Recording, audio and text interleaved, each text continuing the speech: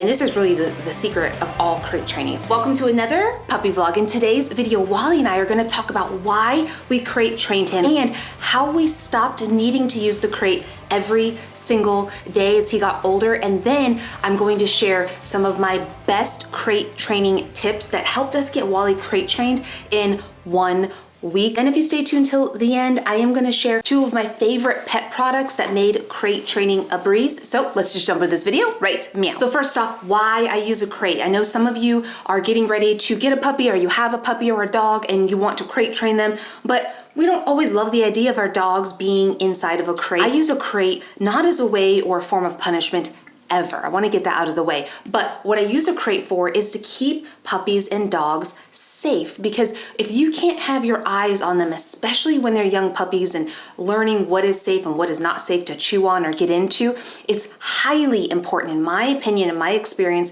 to manage their environment and ensure that they can't get into anything. And sometimes you're not able to watch them like a hawk that they need to be, so I use crates and or play pens to keep them safe. I also ensure that my dogs are comfortable and happy in and around the crate. And the reason for that is, whether or not you love the idea of crates, the reality is that many dogs are gonna potentially have to be in a situation where they're gonna have to be in a crate. An example of that is if your dog gets spayed or neutered, they may need to stay at the vet's office, or we have to face the reality that our dogs may get injured at some point. And knock on wood, that never happens, but if it does, if you have to put your dog in a crate and they've never been crated before and they're not comfortable with it while they're recovering from some sort of injury, that can be really traumatizing. It's also a great place, especially for puppies who will have difficulties self-soothing and settling themselves and just calming down. And what we taught Wally early on, especially because we have multiple dogs in this household,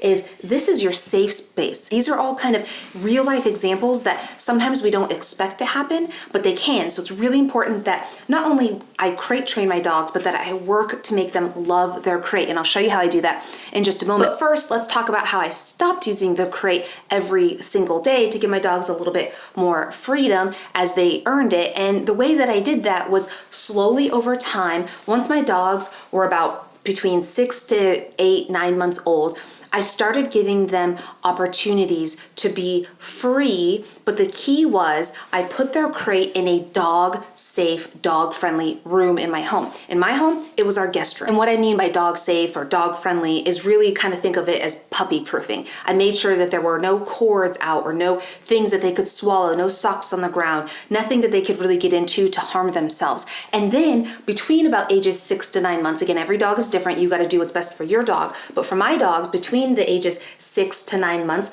I started with putting the crate in the room, leaving the door open. And I kind of started with it just kind of cracked open like this. And in the beginning, the dogs just stayed in the crate. And then I kind of opened up a little bit more, and eventually the puppy or the dog would start making their way out of the crate. And I only left them alone for 2-3 minutes at a time. And this was a way for me to kind of see how they would adjust to it. This is a way for them to learn that it's not super scary, because I don't want them to start getting super nervous. A lot of times they feel very secure in their crate, and then when you give them access to a big room, it can be a little overwhelming. But the key and the secret to all this was I used like a nanny cam. You can get them anywhere at any like Best Buy or something. And I used that to keep an eye on my dogs. So when they first had kind of free roam within this closed room, I was able to watch and just make sure, you know, I'm human, maybe I missed something that they could get into. So I watched them and just made sure. And then when they were quiet and calm, I came in the room calmly, just kind of ignored them, let them come out, and we went along our day. And I practiced this from ages 6 to around 8, 9 months old, every single day, a few times a day, and over time gradually increasing the duration they were in that room. Then by the time my dogs were closer to 1 year to 2 years old, that's when I really started allowing them to stay outside of their crate. The crate stayed in the room, in the dog safe, puppy safe room. Now, I don't like to leave my dogs alone in a crate or even in their dog designated room, we'll call it, for more than 4 or 5 hours. And that really is dependent on the dog, the age, their bladder size, your ability to trust them to keep them safe. But I have larger dogs. I mean, Wally here is getting close to, he's gonna be well over 40 pounds, maybe even 50 pounds at full grown. And so my other dog's about 60 pounds, so they can hold it all night long. But I don't love the idea of leaving dogs alone without any breaks, without any stimulation, without any socialization, for like 8, 10, 12 hours. To me, that's a little too long. I know that's not always reasonable for everyone.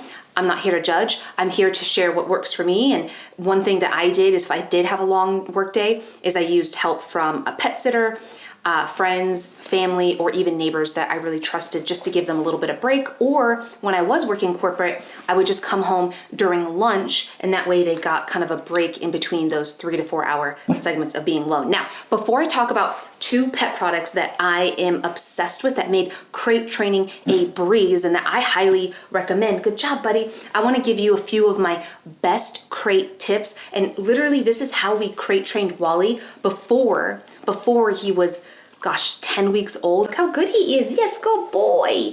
Yes, good job. I actually have him on a place command right now, which is where I asked him for a place. Yes, good boy. And the rules are for place, and I have videos linked below on really how to teach this, but the rules are you can't get off of this. You have to have at least 3 paws on. You can sit and down and lay down and stand it however you want. You just can't be barking or whining. And so I love practicing this. So I'm rewarding him consistently while he stays on it. But let's talk about some of my hacks before I share some of these best products that I love.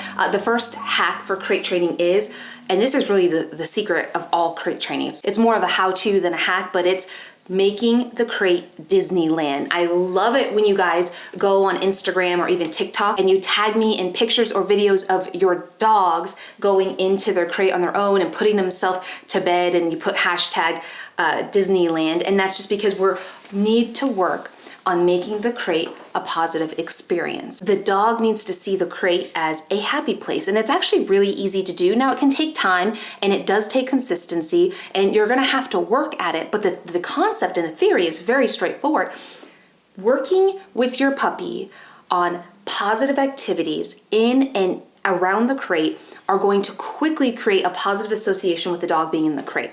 So a few examples of that are my classic and famous muffin tin game. I didn't make it up. I saw it years ago. It's very easy, but where you take a muffin tin, you put some of their treats or some of their food at the bottom of the muffin tin, you place some of their favorite toys on it, and then you put it at the back of the crate. And what they're gonna have to do is they're gonna go into the crate, they're gonna have fun playing with the different toys on top of the muffin tin, and then they're gonna get their treats. So it's gonna be a double reward, and it's all going to happen inside the crate. So that means they're gonna start learning. If you do this every day, keeping it open and supervising, of course, I never recommend to leave anything like toys or bandanas on or with the dog when you're not supervising them in the crate. But it's gonna teach them, wow, like when I go in the crate, all these fun things happen. You can also work on basic cues and commands. One of my favorites is the touch cue. So what I'll do is I'll put my hand at the back of the crate and go, touch. Yes, and then we'll come out, we'll go, touch. Yes, good boy. Good job. Okay, place.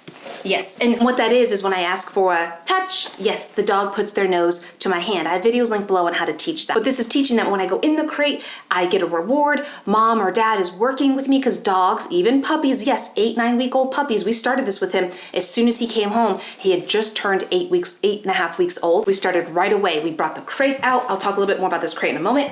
And we started working with him going in and out. So we would say, Wallace, can you go in the crate? That's too many words, but you get it. Yes, good boy. When he went in, I gave him a reward. The rewards could be treats, play, or praise. Pop up. Crate. Yes, good boy. And then, if he stayed in the crate on his own, yes, good boy, without me giving any cues, yes, good boy, I'd give him my marker cue, which is YES, and I'd continue rewarding him. You could do this during mealtime, and that's really my second hack, is feed all of their meals in and around the crate. Do it supervised, right? You could be sitting in there next to the crate like I am, and you could be, instead of putting a bowl down, you can use their treats or food, there you go, and as they stay in the crate, continue feeding them. Literally, all I'm doing is he's sitting in the crate. You can free. He's sitting in the crate, and I am feeding him a treat or food, or playing with him with a toy. You could do a little light tug in around the crate. And if you do this 3 to 5 times a day, you make this a regular routine, and you don't only use the crate just to put them away when you're going to leave, they're going to have a strong positive association of wanting to be in the crate. So one reason I love this crate, and I'll talk more about it in a second, is it has wheels on it. So I can easily roll it from room to room. So when he first came home, we took this crate, we rolled it into the living room with us when he was just, again, 8, 9, 10, 11 weeks old. And anytime he offered to go in it on his own, yes, good job, we'd celebrate. We'd go, good job, Wally. And I'd give him a treat, most times more in the back of the crate. So he was more positively associating being fully in the crate. If you only reward right here, it's really keeping their focus at the entrance and exit. I want his focus kind of back here, really fully immersed in the crate so he gets it. And if he stayed in the crate on his own, like while I'm watching Netflix and I rolled this out, I'd sit here and be like, yes, good job, Wally. Anytime he took a nap, I'd gently, when he was a puppy, pick him up and put him in his crate. I wouldn't even shut it because the crate would be in the living room with us, and he'd go in there and nap, and he'd woke up and be like, oh, okay, this is where I nap. And then if I was in the office where I was working remotely, I'm still working remotely, I'd roll the crate in there. And when I was taking breaks from work or in between calls, I'd work on the in and out game. Okay, free, good boy. And then crate, yes, oh, okay, so I'm gonna wait. I'm not gonna repeat it. Yes, good job. And then I reward back there, and we can go free, go boy, yes, and then crate, yes. And I do that 2-3 times, then get on my next call. We did that several times a day, and we made the crate a normal part of our daily routine. In no time, he was totally fine and calm going in here. So now I really want to talk about 2 tools and 2 products that made crate training so easy and so fast. And the first one is this crate. So this is a Diggs crate. Yes, you have special codes, a link down below and special shop links for you. I reached out to the company and I'm like, guys, I love this crate. I want my entire audience to have some kind of special discount value. And they were like, absolutely. I also needed a crate that was more secure than those traditional wire box crates that you see everywhere. I have, as you guys know, I have fostered dozens and dozens and dozens of rescue dogs. Many of them had anxiety issues and they would easily be able to get out of those crates. I'd be watching them on a nanny cam, would use their paw or tongue to kind of undo the latch. And so what I love about this is it has here a really secure locking mechanism that I've never had any issues with. As you can see, there's nothing for the dog to really use their tongue or paw to get in terms of shutting it. So you can see it has a really secure lock, so the dog would have a really hard time getting out. I'm also a big fan of the diamond wire mesh. The reason is I found that it seems to be less likely and harder for a dog to get their paw stuck in here. You'd be surprised, especially dogs, you know, with all the foster dogs I've worked with in those traditional wire crates, I see dogs get their collars stuck in it, which no, I do not recommend to wear a collar in the crate, but these seem to be more secure and to make it harder for a dog to get stuck on it. The crate has a handle, so when you break it down flat, which happens very easily, you have a handle to carry it easily, or it has wheels, and it comes with a puppy divider. So this is something you can put in the crate, and you can adjust the size of the crate to your dog, and you can actually just buy the crate that's gonna fit their full size weight instead of buying multiple of those traditional crates as they grow. And then this will make it smaller and you can remove it when they're full grown, like we did for Wally when he got bigger. That way he'd have full access to the crate. It also comes with a removable plastic tray, so it's easy to clean. And guys, it has multiple access points. So depending on how you want your dog to enter it, so they can go through the front, of course, or if you unlock the side latch, it opens up like a garage door. Look at that. So let's say you want to put it in your car and you want them to be able to go in like this, no problem there. Good job, Wally. I love to have this just in the house with all the doors open so the dog can kind of go in and out of it. Again, normalizing the crate, the top opens up as well, so if you need to access it, you can. And then I love the fact, and please don't judge me for this, please don't judge me for this, I love the fact that it's aesthetic. I know that sounds silly, but I know you guys have all seen those traditional, bulky, loud, clunky black metal rectangle crates, and they're unsightly. There are so many people out there on Etsy I've seen that try to make covers or with fabric or wood or whatever just to make them pretty, and you know, I want to normalize the crate, and that means it's going to be move throughout the house throughout the day. And you know, crates are big and they're bulky in general. So I wanted something that would be pretty and would match my aesthetic. And there's multiple colors you can get in this. There's multiple sizes you can get with this, as well as accessories. And so for me, this made crate training so much easier. They even come with covers. So if your dog likes to have more of a secure environment, you can order one of those. Now, the next tool I love actually is from the same company. They made a crate enrichment tool. It's called the Groove tool. And what we did every single day is we put the Groove tool in different parts in the back of the crate and we let Wally lick at it, and this made him so excited. He wanted to go into the crate. He would beg. He would go into the crate and beg because he knew the Groove tool would be there. And what I love to do is put his food or some of his treats in there and freeze it, and then he could look out of it. And there's special discount codes for you on my shop page, link below. This video is not sponsored by Diggs, but they are going to be giving you guys discounts because you are amazing. So thank you so much for Diggs for doing that and supporting our mission to save all the damn dogs by empowering and inspiring pet parents to do more with their dogs. Feed more fresh, real foods, do more brain games, practice more crate training. I want us all to do a little bit more with our dogs so that our dogs are happier, more mentally stimulated, more enriched, because mental stimulation is far more tiring and satisfying to a dog than physical exercise. Also, you guys, Wally, you want to show them your bandana? Come here, touch. Yes, look at that bandana. I wanted just to shout this one out. It's a small Etsy shop. I purchased this with my own money, so this is just, I just wanted to shout them out because it's so freaking cute. There are links down below. You guys can find it if you'd like, but it's a small Etsy shop out of Bali, and this woman is incredible. She hand makes them, and she supports a big part of the proceeds to rescue animals, shelter animals, and dogs in need. So, and I just think it's so super stinking cute. Huh, buddy? Hi, kiss. Oh, no, he's like, I want to get in the crate. Kiss, kiss. Good job. Talk a little bit more about my favorite food for dogs and puppies. This is really important to me, something I'm passionate about. So click the video right here and we'll jump over there together and talk about that. Or if you want to learn more about the TOUCH command or just more training hacks on crates, you can click the video right here and I'll jump over there with you. I hope you had a beautiful day. Goodbye.